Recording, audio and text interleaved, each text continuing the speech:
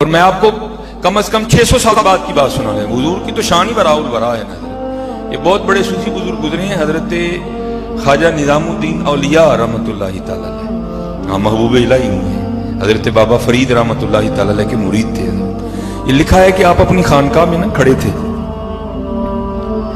اور یہ آدھا پاؤں رکھتے تھے, صرف آدھا, سارا نہیں, آدھا پاؤں رکھتے تھے پھر پیچھے اٹھا لیتے تھے, پھر آدھا رکھتے تھے پھر پیچھے اٹھا. آپ نے بار بار اس عمل کو کیا. اب سارے درویش بیٹھے دیکھ رہے ہیں کہ یار یہ محبوب الہی کر کیا رہے ہیں. آدھا پاؤں رکھتے ہیں پھر پیچھے کر لیتے ہیں, آدھا پاؤں رکھتے ہیں پھر پیچھے کر لیتے ہیں. یہ کر کیا رہے ہیں؟ لیکن اس وقت جذب کا غلبہ تھا, استغراق کا غلبہ تھا. حضرت اسی میں اتنی جرت نہیں ہوئی کو جا کر پوچھے خواجہ صاحب کو, اے حضور یہ آدھا قدم کیوں رکھتے ہیں, پورا کیوں نہیں رکھ رہے, کیوں اٹھا لیتے ہیں آدھا قدم رکھنے کے بعد؟ جب کیفیت میں تبدیلی آئی نا, جذب کم ہوا, آپ بیٹھے جا کر, تو مریدوں نے عرض کی حضور ہم دیکھ رہے تھے کہ آپ آدھا قدم رکھتے تھے, سارا نہیں رکھتے تھے, پھر اٹھا لیتے تھے, یہ کیا ہے؟ ذرا سننا حضور نبی علیہ السلام کے خادم کی بات. آپ نے فرمایا میں نے اپنے اکابرین سے سنا ہے کہ عرش الہی 2.5 قدم ہے, میرا تو آدھا بھی نہیں مان رہا تھا. ہاں, چاہیں تو اشاروں سے اپنی کایا ہی پلٹ دیں دنیا کی, یہ شان ہے خدمتگاروں کا, سرکار کا عالم کیا ہوگا. یہ تو ان کے غلاموں کی شان ہے, آدھا قدم عرش الہی بن رہے ہیں. تو تصور کرے پھر حضور نبی علیہ الصلوۃ والسلام کا کیا عالم ہوگا. کہ یقین پیدا کرو یار, ٹوٹ رہے ہیں دن بدن, ہم دن بدن پیچھے جاتے جا رہے ہیں. بھائی میرا عقیدہ ہے تو زندہ ہے واللہ, تو زندہ ہے واللہ. میری چشم عالم سے چھپ جانے والے بھائی, تیری چشم عالم سے وہ چھپے ہیں, لیکن تو ان کی چشم عالم سے نہیں چھپا ہوا.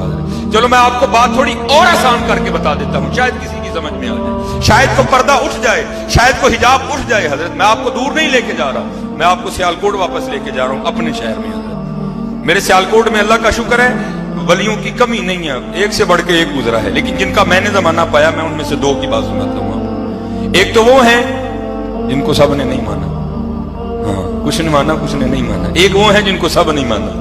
جن کو سب نے مانا وہ ہیں رومی عصر غزالی دوران آباد ملت حکیم عبدالحی رحمۃ اللہ تعالی. جن کو سب نے نہیں مانا, متضاد رہے, وہ کیا تھے؟ سائیں منا. اگر میں سائیں مننے کی سناتا ہوں پھر شاید کسی کا پردہ اٹھ جائے. اگر ان کے سائیں مننے کا یہ حال ہے تو پھر ان کا کیا عالم ہوگا. یہ میرے ایک استاد ہیں جن سے میں نے ابتدائی کتب پڑھی ہیں, صرف نحو کی کچھ ابتدائی کتب. ایک دن بیٹھے نا, درود پاک کے حوالے سے بات شروع ہو گئی. کہتے یار ایک دن اللہ نے مجھے ایسا مشاہدہ کروایا, میرے سارے پردے اٹھ گئے. میں نے کہا حضور کیا ہوا؟ کہتے میں حکیم عبدالحی رحمۃ اللہ تعالی علیہ کی خدمت میں حاضر ہوا تو مجھے پوچھنے لگے مولوی جی ویلے ہو کے کتے جانا ہے؟ کہتے میں نے اس کی حضور فراغت ہے. تو کہنے لگے میں نے اگوکی کے آگے نے پروگرام پہ جانا ہے, چلو پھر میرے نال ذرا کو سانو تقریر سناؤ. کہتے میں چل دیا. کہتے پروگرام سے فارغ ہو کر ہم سیالکوٹ آئے, چائنا چوک کراس کیا, بونکن والا پہ آ گیا, جب آگے جہاں سائیں منا اپنی زندگی میں بیٹھا کرتا تھا.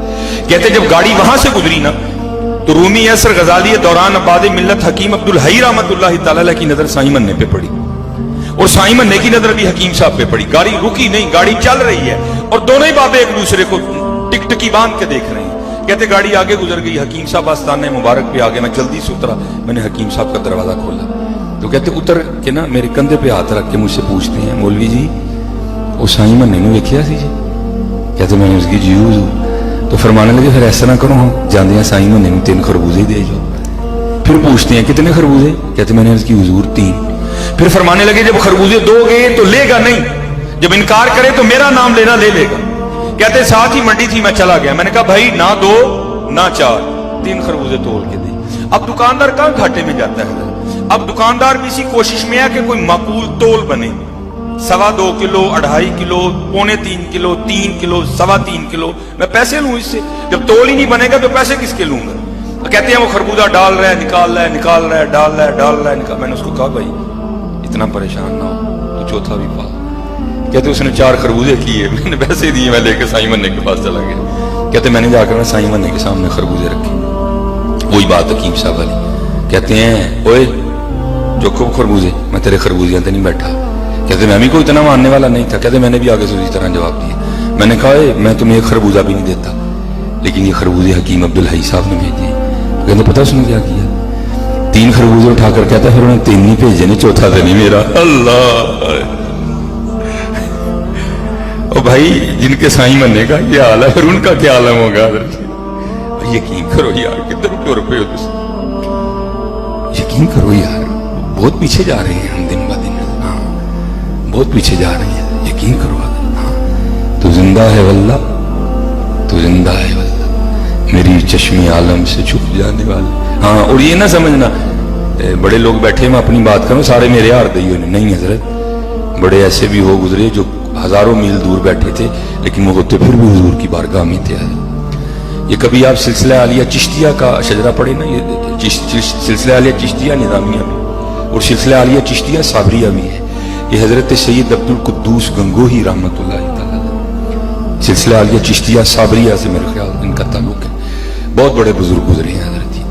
ان کے دور میں ایک اور بزرگ ہوئے ہیں حضرت عبداللہ شاہ تھانیسری رحمۃ اللہ تعالی، تو یہ پہلے صوفیاء کے ماننے والے نہیں تھے، مخالفین میں سے تھے، اور انہوں نے حضرت سید عبد القدوس گنگوہی کے خلاف بڑے بڑے سخت فتوے دیے، لیکن پھر اللہ نے توفیق توبہ دے دیا، آپ نے حضرت سید عبد القدوس گنگوہی کے دستے مبارک پر بیعت کی، مرید ہو گئے۔ جب مرید ہوئے نا تو سید عبد القدوس گنگوہی رحمۃ اللہ تعالی فرمانے لگے عبداللہ شاہ تھانیسری رحمۃ اللہ تعالی، شاہ جی کو حاضری کیتا جائے کہ نہیں؟ عرض کی تھی حضور بڑے کیتے نہیں، فرمایا پھر ایک ساڑھے کہنتے بھی کہا رہا۔ بڑا فرق ہوتا ہے حضرت خود جانے میں اور کسی کے بھیجنے میں، بڑا فرق ہوتا ہے حضرت۔ یہ جو خود جاتے ہیں نا یہ بس تصویریں کھینچ کے آ جاتے ہیں، جس کو کسی نے بھیجا ہو نا وہ آ کے یہی نعرے لگاتا ہے ہم نے تو جدھر دیکھا سرکار نظر آئے۔ بڑا فرق ہوتا ہے حضرت خود جانے میں اور کسی کے بھیجنے میں۔ جو خود جاتے ہیں وہ تصویریں کھینچ کے واپس آ جاتے ہیں، لیکن جس کو کسی نے بھیجا ہو اگر وہ آئے نا تو اسے پوچھے نا بندہ بھائی کیا بنی، تو پھر وہ رو کے یہی کہتا ہے ہم نے تو جدھر دیکھا سرکار نظر آئے۔ ساتھ جیسے ہم کہتے ہیں آپ نے بھی عبداللہ شاہ تھانیسری رحمۃ اللہ تعالی اپنے مرید کو کہا شاہ جی جب نبی علیہ السلام کی بارگاہ میں حاضری ہو نا تو وہاں غلام عبد القدوس کا بھی سلام کہنا۔ اب حضرت گیا پیچھے نگاہ مرشد تھی حضرت، اور جب پیچھے نگاہ مرشد ہو پھر تو دنیا وکھری ہوتی ہے نا۔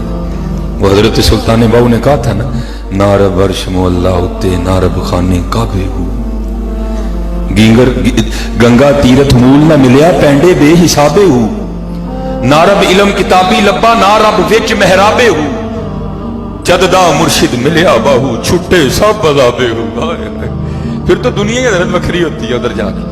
نگاہ تھی پیچھے ایسی کیف و مستی تاری ہوئی، سلام کہنا نہیں یاد رہا۔ جب یہ واپس آئے نا تو گاڑیوں کا تو تصور بھی نہیں تھا حضرت، تب تو قافلے جاتے تھے۔ جب واپس نکلے نا مدینہ پاک سے تو نیند آ گئی، خواب میں پیر و مرشد کی زیارت ہوئی۔ فرمایا شاہ جی آپ کو کہا تھا نبی علیہ السلام کی بارگاہ میں میرا سلام کہنا، سلام ہی نہیں کہا۔ انہوں نے قافلہ رکوایا، تیز رفتار سا گھوڑا لیا، پھر گئے واپس اور جا کے نا نبی علیہ السلام کی بارگاہ میں عرض کیا اے اللہ کے رسول علیہ السلام میرے پیر و مرشد کا سلام قبول فرمائیں۔ تو لکھا ہے کتابوں میں روزہ مبارک سے جواب آیا اپنے پیر بدتی کو میرا بھی سلام کہنا۔ ہائے ہائے کو سارے ہماری طرح کے تو نہیں ہوتے، بڑے ہوتے ہیں حضرت جنہیں جواب بھی آتے ہیں۔ اور نبی علیہ السلام نے کیا فرمایا اپنے پیر بدعتی کو، اس کا مطلب یہ نہیں کہ وہ بدعتی تھے، جیسے یہ آج آپ میلاد منا رہے ہیں، جھنڈیاں لگا رہے ہیں، لڑیاں لگا رہے ہیں، بڑے آپ کو بدعتی کہنے والے مل جائیں گے۔ یہ ہمارے ساتھ نہیں ہے، ہمارے بڑوں کے ساتھ بھی اسی طرح۔ علماء سو تھے نا اس وقت، انہوں نے حضرت پر بدعتی ہونے کا فتویٰ دیا۔